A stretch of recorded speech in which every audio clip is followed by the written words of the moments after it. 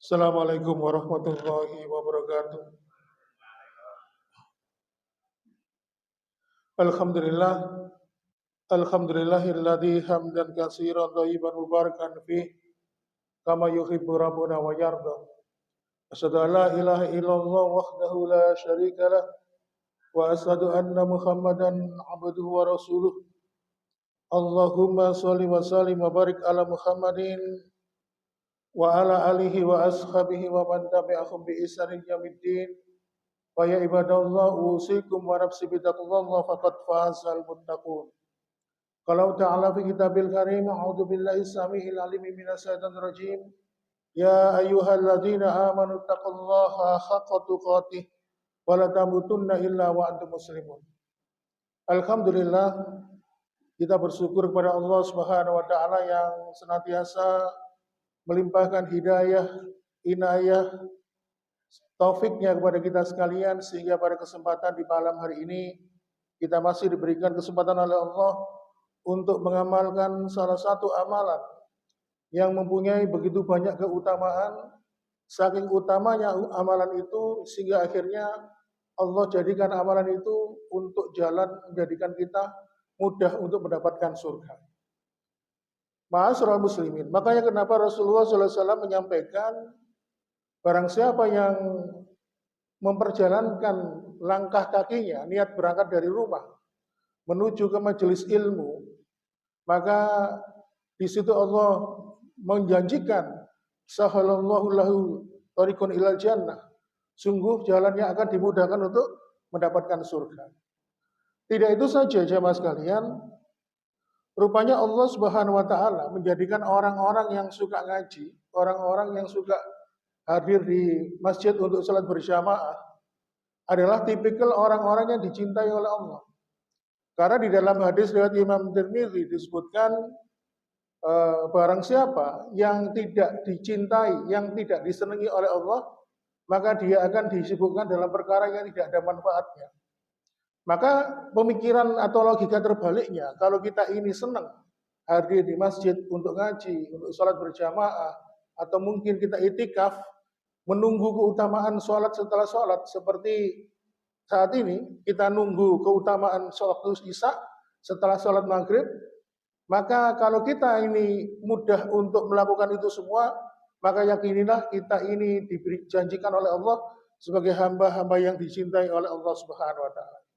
Makanya setiap memasuki bulan Syawal atau ketika baru saja meninggalkan bulan Ramadan untuk melaksanakan Idul Fitri, Rasulullah SAW itu pun diperintahkan oleh Allah untuk bergembira. Makanya kenapa kemarin kita ini satu Syawal itu bergembira. Gembira bukan karena kita lepas dari kewajiban bulan Ramadan. Gembira karena kita itu sudah tidak puasa lagi, bukan. Tetapi kita itu bergembira karena apa? Allah membantu kita, menolong kita, menyelesaikan kewajiban kita di dalam bulan Ramadan. Kita bergembira, yang paling penting poinnya, sebagaimana dalilnya di surat Yunus ayat 58. Kita gembira karena apa? Karena Allah masih memberikan kita keutamaan dan rahmatnya. Di situ Allah Subhanahu wa taala berfirman, "Qul bi fadlillahi wa bi rahmatihi fa bidzalika falyafrahu huwa khairum mimma yajma'un."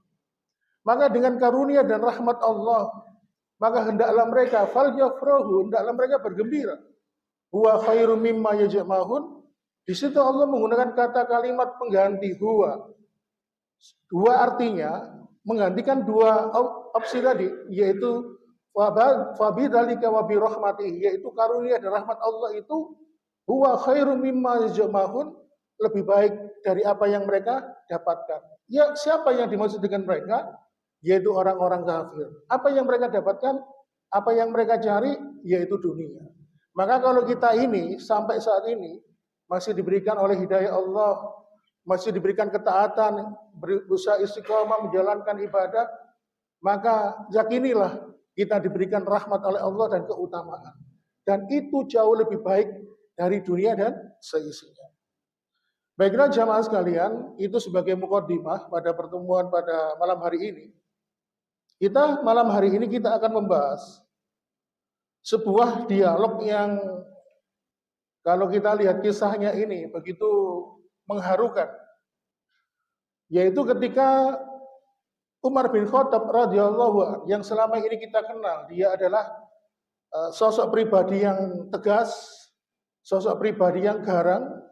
Suatu ketika dia itu pernah merengek-rengek seperti anak kecil, meminta sesuatu kepada salah seorang sahabat. Jadi ceritanya itu gini, ketika Rasulullah SAW akan meninggal dunia, Rasulullah itu memanggil salah satu seorang sahabat. Nah, dilalah itu kalau bahasa Jawa itu apa? Ternyata ketika Rasulullah memanggil sahabat ini, di situ ada Umar bin Khattab. Rasulullah mengatakan, ini ada kertas, ini ada gulungan kertas. Kertas ini berisi daftar nama-nama orang-orang munafik. Tolong kamu simpan. Tidak boleh bocor kepada siapapun daftar nama orang-orang munafik di dalam kertas ini. Kalau orang yang orang yang masuk dalam kertas ini, nama-nama ini yang masuk dalam kertas ini sudah meninggal dunia, maka umumkan dia adalah orang munafik. Kalau diumumkan sebagai orang munafik apa? Jangan disolati, jangan dimandikan, jangan didoakan, dan jangan dimakamkan di kuburan kaum muslimin. Nah, ketika Rasulullah memberikan gulungan ini, Umar bin Khattab ada di situ, batin. Loh, kenapa Rasul kok enggak ngasih amanah ini padaku? Padahal aku ini merasa lebih kuat. Padahal aku ini merasa lebih kekar daripada dia. Lalu akhirnya tidak lama kemudian Rasulullah pun meninggal dunia. Lalu kemudian ketika Rasulullah sudah meninggal dunia, Umar bin Khattab radhiyallahu anhu ini pun kemana-mana mengikuti sahabat ini. Dia minta siapa saja, minta informasi siapa saja yang masuk dalam daftar orang munafik.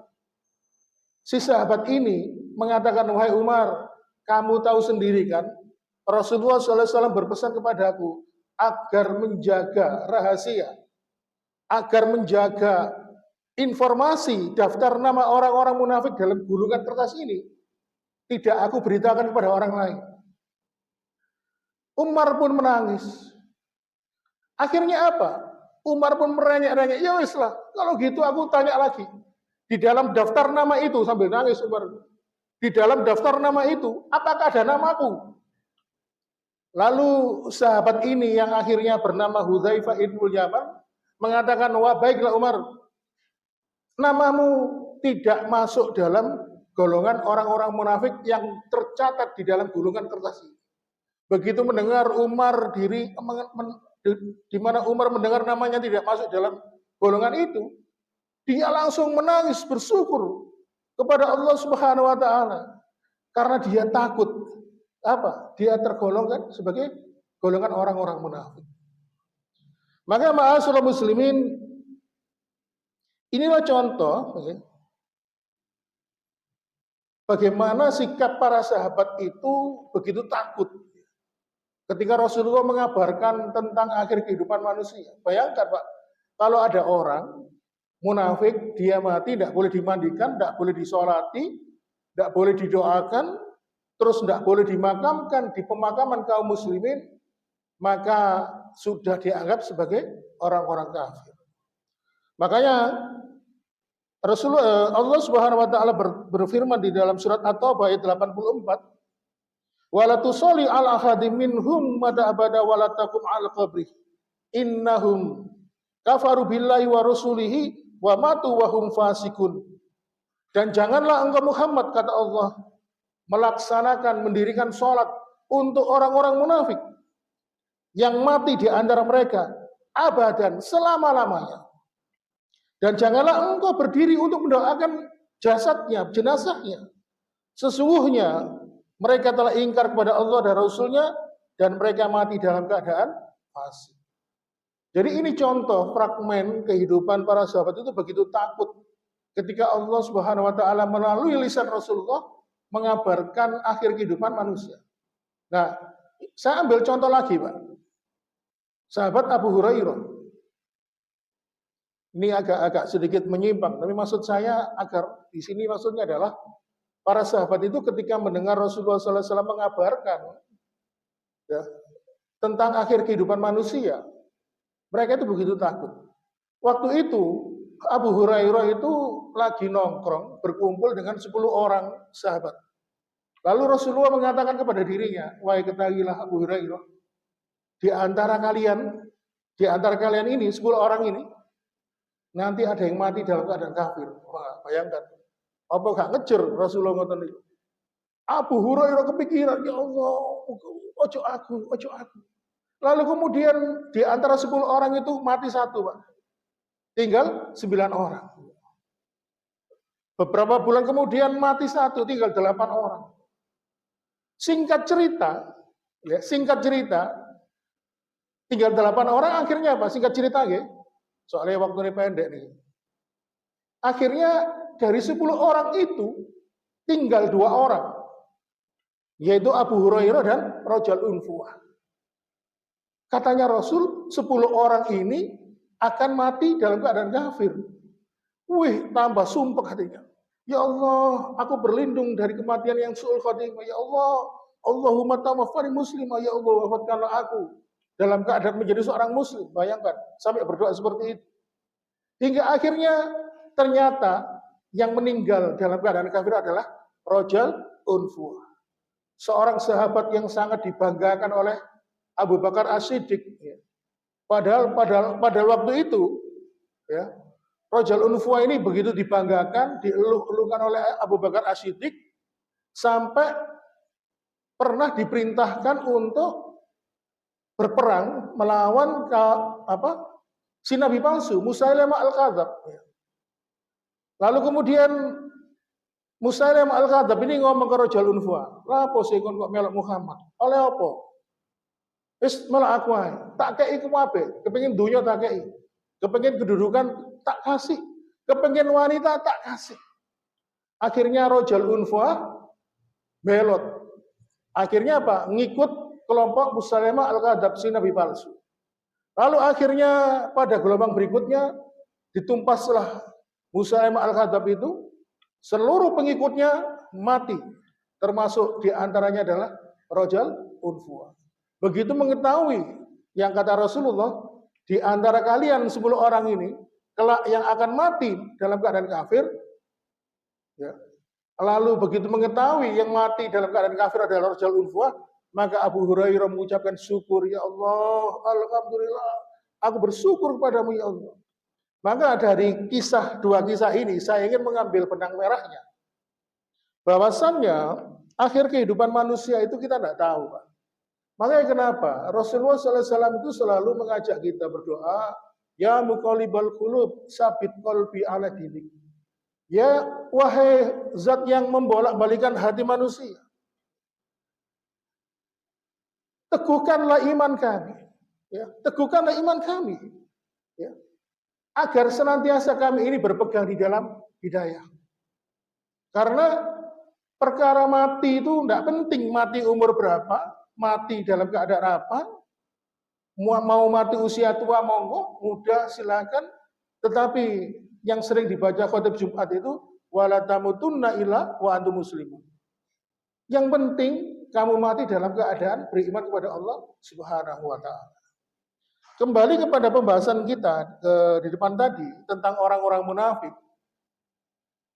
Bahwasannya orang-orang munafik ini pernah di dalam sebuah kitab yang berjudul kitab Fathul Bahri. Fathul Bahri itu adalah kitab syarah Sahih Bukhari.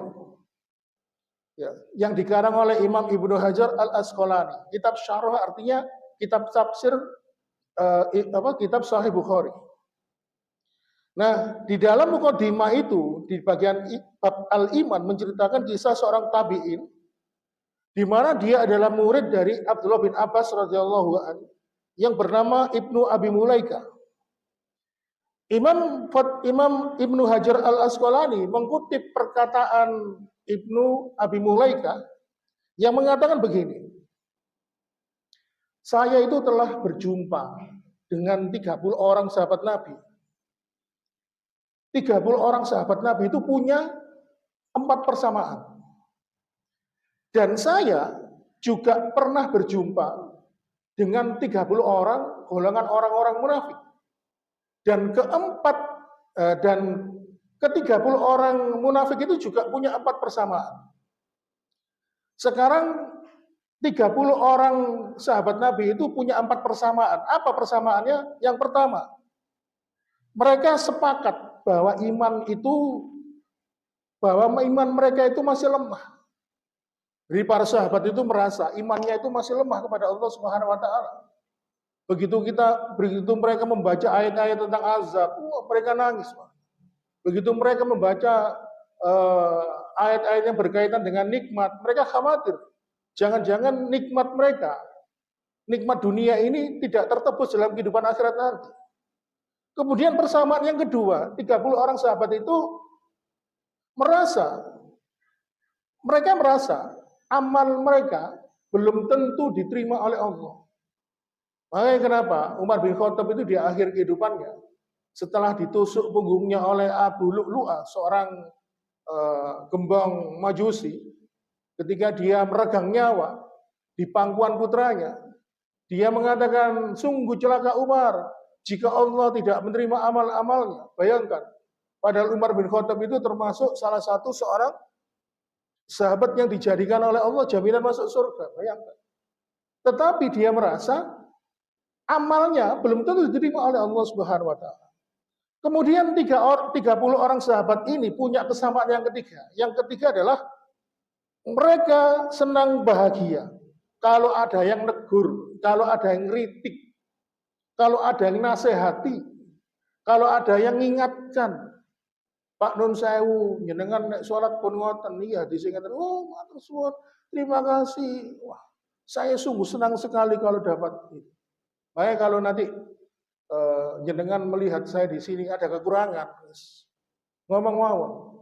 Tapi biasanya teman saya yang paling pojok itu ngomong kekurangan sampean kurang kuru jare ngono. Saya itu pernah nimbang berat badan, Pak, yang jarum ini. Saya kaget. Setiap waktu kok berat badan saya itu kalau nimbang mesti turun, Pak. Ternyata jarumnya itu seharusnya turun ke kiri, kok malah turun ke kanan gitu. Waduh. Sehingga akhirnya bertekad menurunkan berat badan.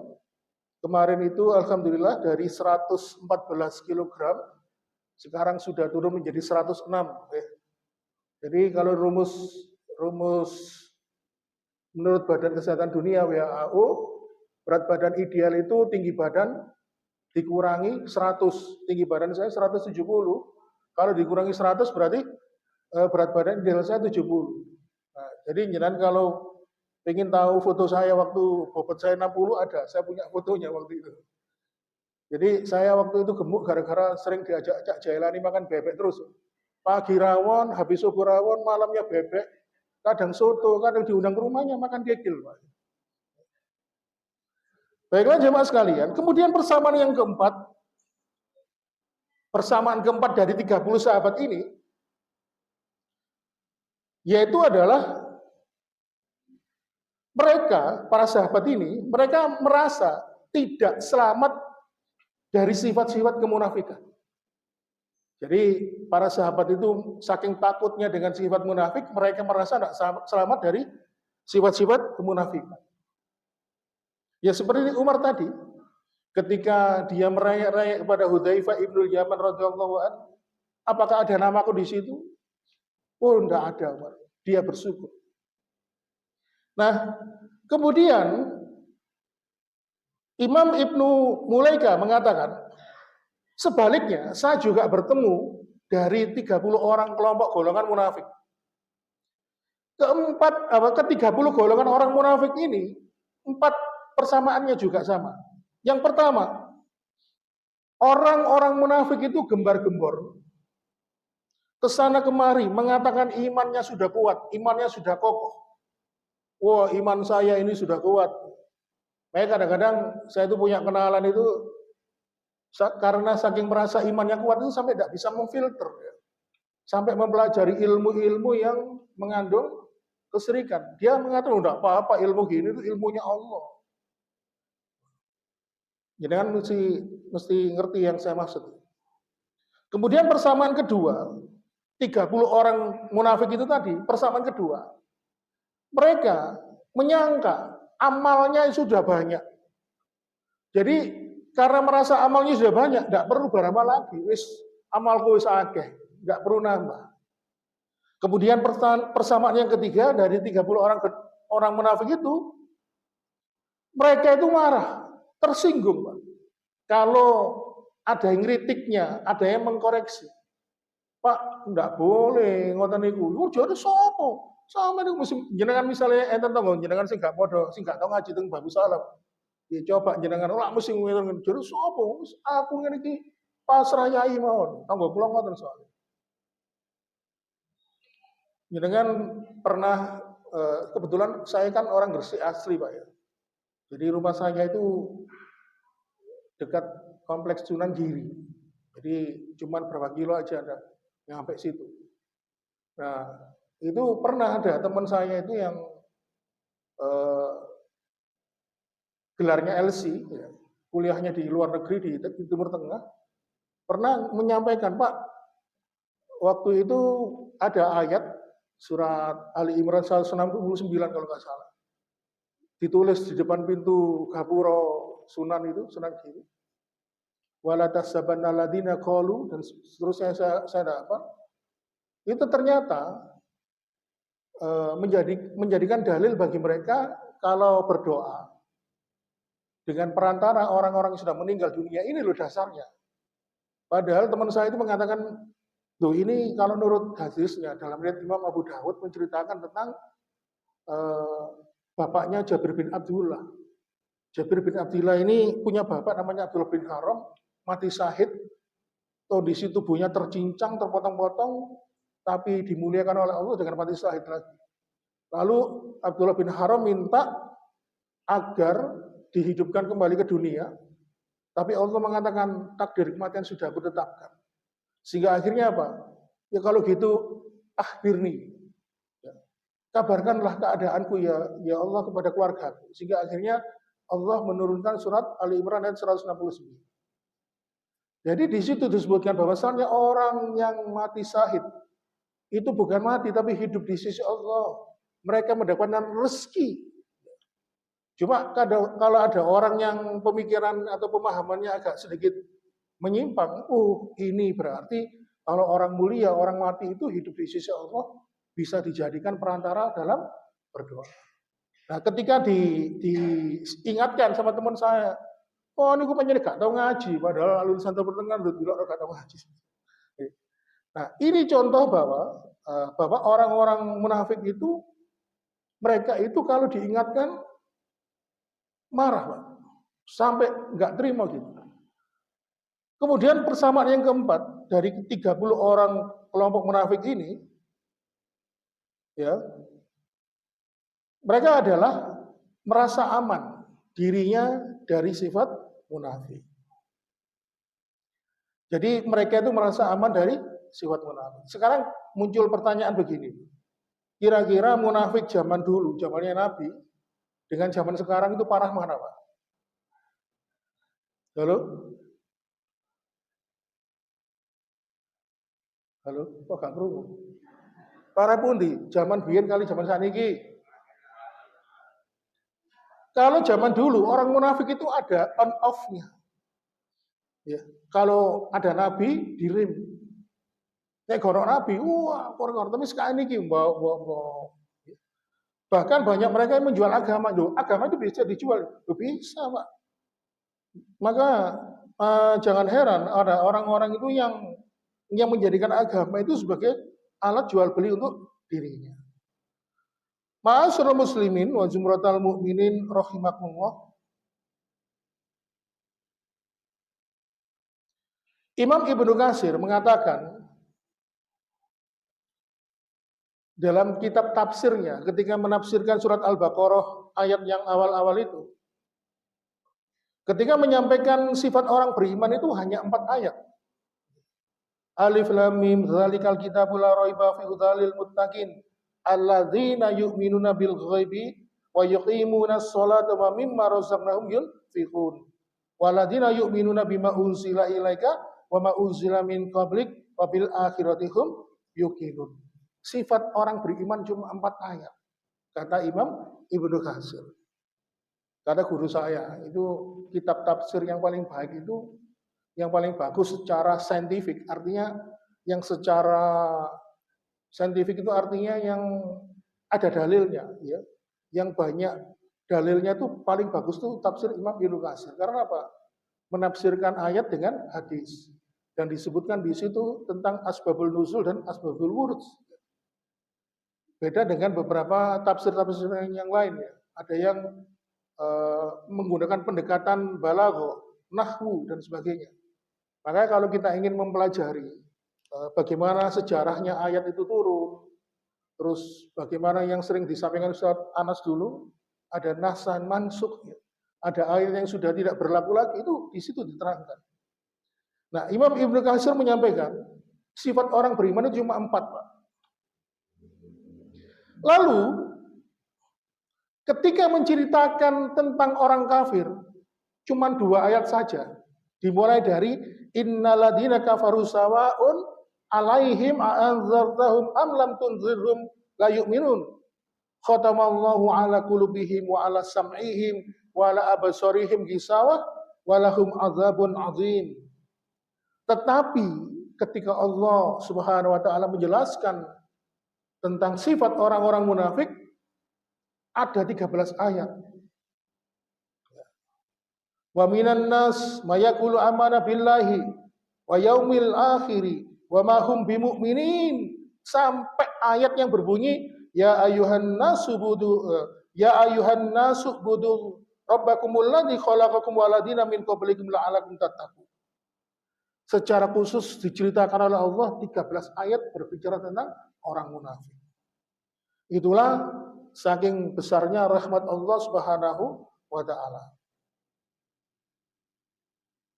Maka kalau di dalam hati kita khawatir terjadi atau muncul sifat-sifat kemunafikan, maka yakinilah itu rahmat Allah yang Allah hadirkan kepada kita, bahwasanya Allah memberikan peringatan kepada kita, memberikan filter, ya. Di dalam hati kita itu ada filter atau penyaring. Ma'asyiral muslimin, sebagai penutup, kan diluntaskan kisah ini. Sebagai penutup saya ingin menyampaikan sebuah kisah tokoh gembong, tokoh munafik yang bernama Abdullah bin Ubay bin Salul.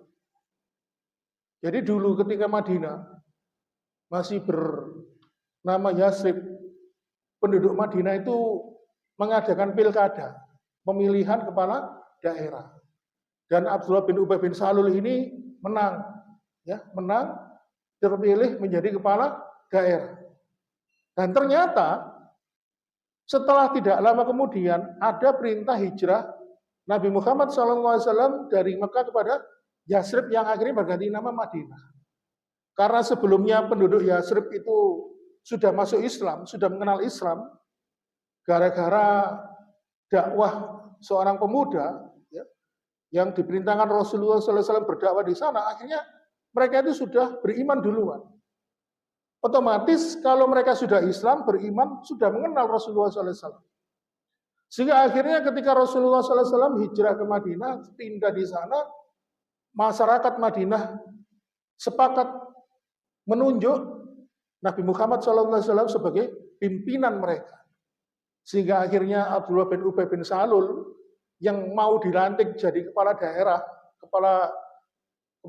Yasrib Madinah itu mangkel, Pak. Akhirnya apa? Muncul sifat-sifat kemunafikannya. Nah, bagaimana sepak terjang Abdullah bin Ubay bin Salul ini? Kemana-mana keluar-keluar. Salah satunya ketika perang Badar mampu menarik pasukan kaum muslimin, ya, ratusan orang, sehingga akhirnya peserta atau pasukan perang Badar itu tinggal hanya berapa ratus orang aja. Semuanya itu karena mobilisasi provokasi dari Abdullah bin Ubay bin Salul di peperangan Badar itu.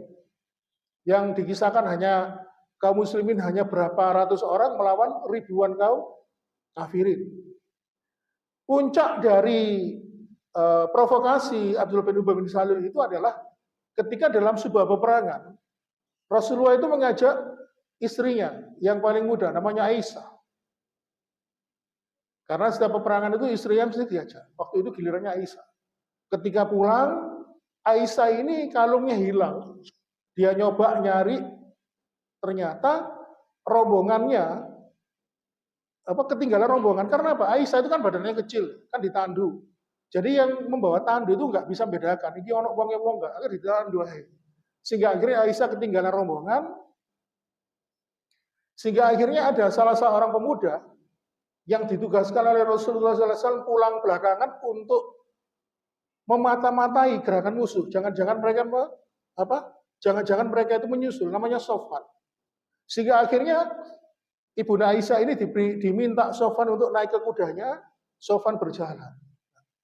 Begitu tiba di kota Madinah, mereka gempar, loh, Ibunda Aisyah kok tidak ada. Lalu dicari-cari kok tidak ada. Ternyata tampak dari kejauhan muncul seorang pemuda bernama Sofwan memegang tali pelana kudanya, dan ternyata di atas kuda itu adalah Ibunda Aisyah. Melihat kejadian itu, Abdullah bin Ubay bin Salul bikin gosip. Digosipkan selingkuh, Pak. Bayangkan, Pak. Ternyata Aisyah selingkuh sama Sofwan. Gitu. Sampai akhirnya peristiwa itu diabadikan oleh Allah di surat An-Nisa ayat 21 sampai 25 atau 27. Saya lupa. Monggo dibuka sendiri. Sampai-sampai Ibunda Aisyah itu nggak disapa sama Kanjeng Nabi selama 1 bulan. Bayangkan. Lalu ternyata akhirnya Allah menguak tabir kebenaran itu. Jadi banyak sekali tingkah pola Abdullah bin Ubay bin Salul, tokoh gembong munafik ini, rongrong kaum muslimin. Dan akhirnya namanya manusia pasti mati, Abdullah bin Ubay bin Salul ini pun mati. Tapi anehnya, walaupun Abdullah bin Ubay bin Salul ini seorang tokoh gembong munafik, tapi anaknya Abdullah bin Ubay, seorang pemuda pengikut sahabat Nabi. Lalu kemudian putra dari Abdullah bin Ubay bin Salul ini pun datang ke hadapan Rasulullah. Ya Rasulullah, ayahku telah meninggal dunia. Sedangkan kami miskin ya Rasulullah. Kami tidak punya kafan. Maukah engkau ngurus jenazah ayahku? Lalu kemudian karena Rasulullah itu pemaaf, hatinya tidak punya rasa mangkal, bayangkan Pak. Istrinya pernah dietrek-etrek kehormatannya, ya, sampai digosipkan seperti itu. Tetapi Rasulullah memaafkan Abdullah bin Ubay bin Salul. Dan memandang Abdullah bin Ubay bin Salul ini KTP-nya, zahirnya Islam. Sehingga akhirnya mau ngurusi jenazahnya. Ketika mau berangkat menuju rumahnya Abdullah bin Ubay bin Salul, Umar bin Khattab menyegah, ya Rasulullah, kenapa engkau mau ngurusi jenazahnya Abdullah bin Ubay bin Salul? Padahal dia adalah golongan orang-orang munafik. Bukankah Allah sudah melarang engkau untuk ngurus jenazahnya orang-orang munafik? Lalu Umar bin Khattab pun mengutip ayat Al-Quran. Di dalam surat At-Taubah ayat 80. Istaghfir lahum aw la tastaghfir lahum in tastaghfir lahum sab'ina maratan fala yaghfirullahu lahum dzalika bi annahum kafaru billah wa rasulih wallahu la yahdil qaumal fasiqin. Sama saja engkau Muhammad, Allah berfirman, sama saja engkau mendoakan mereka ampunan dan tidak mendoakan mereka ampunan, sama saja kata Allah. Walaupun engkau sampai mendoakan mereka sampai 70 kali, tetap Allah tidak akan mengampuni mereka.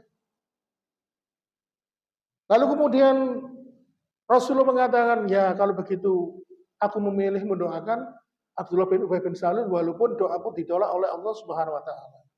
Hingga akhirnya berangkatlah Rasulullah ke rumah Abdullah bin Ubay bin Salul. Diurus jenazahnya, dimandikan, dikafani, ya. Kemudian disolatkan. Lalu kemudian ketika memakamkan, Ya, di akhir prosesi pemakaman itu Rasulullah akan mengangkat tangannya memimpin doa. Lalu turunlah surat At-Taubah yang di awal tadi kita bahas, yaitu surat At-Taubah ayat 84 yang melarang kita ini mendoakan orang-orang munafik. Wala tusolli ala ahadim minhum mata abada wala takum ala qabri innahum kafaru billahi wa rasuli wa matu wa hum fasikun. Dan janganlah engkau Muhammad melaksanakan sholat untuk orang-orang munafik di antara mereka selama-lamanya. Dan janganlah engkau berdiri mendoakan di atas kuburnya. Sesungguhnya mereka ingkar kepada Allah dan Rasulnya dan mereka mati dalam keadaan fasik. Nah, ayat ini saya punya banyak teman di Lamongan itu cerita ada Pak Mudin yang pewenceng. Pak Mudin itu nanya, yang mati ini sholat apa enggak? Ditanya temenan, ternyata gak sholat, dia gak gelem nyolati. Ayat dasarnya ini Pak, dasarnya ayat ini atau ayat 84. Nah kadang-kadang kita itu kan pakai sudah tahu tetangga kita dulu hidupnya gimana ya.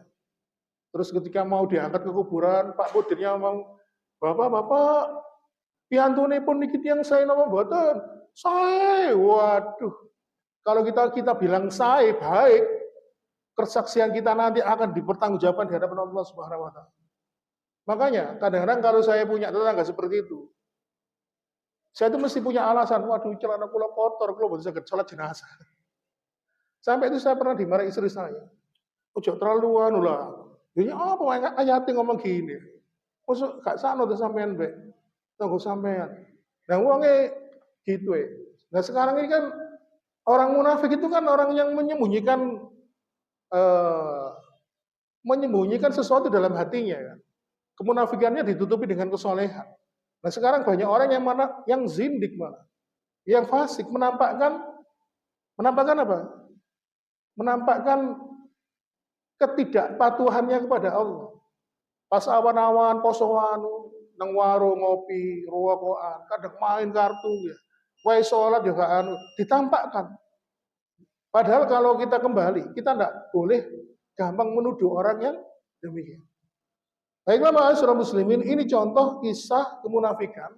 Bahwasannya orang-orang munafik itu tidak diakui keimanannya dan mereka dianggap sebagai orang-orang yang bukan Islam.